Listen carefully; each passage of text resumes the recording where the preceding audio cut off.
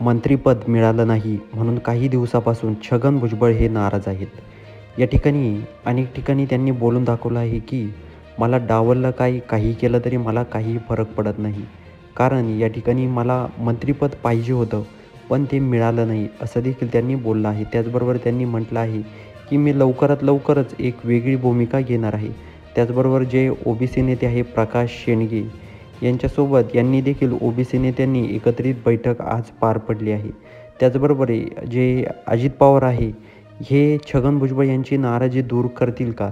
त्याचबरोबर जे गिरीश महाजन आहे यांनी देखील आज पत्रकारांशी बोलताना एक महत्त्वाचं वक्तव्य केलं आहे की आमच्या पक्षात एक मंत्रिपद आहे आणि हे बघा जे फडणवीस आहेत देवेंद्र फडणवीस हेच त्यांना मंत्रिपद लागत असलं तर देऊ शकतात, दुसरं कोणीही देऊ शकत नाही.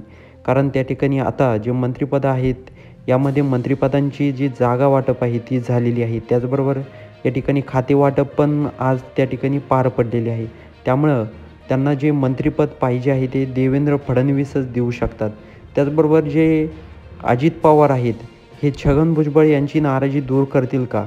किंवा छगन भुजबळ हे आपला स्वतःचा पक्ष निर्माण करतील किंवा हे देखील होऊ शकतं की भाजप छगन भुजबळ यांना भाजपमध्ये प्रवेश देऊ शकतात, असं गिरीश महाजन यांच्या वक्तव्यावरून कळत होतं.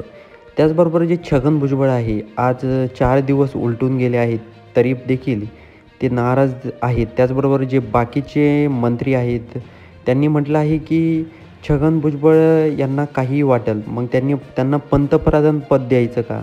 असं देखील काही नेत्यांनी वक्तव्य केलं आहे. त्याचबरोबर त्या ठिकाणी म्हटलं जात आहे की नवीन चेहऱ्यांना देखील संधी दिली पाहिजे. छगन भुजबळ भरपूर दिवसापासून मंत्री आहे.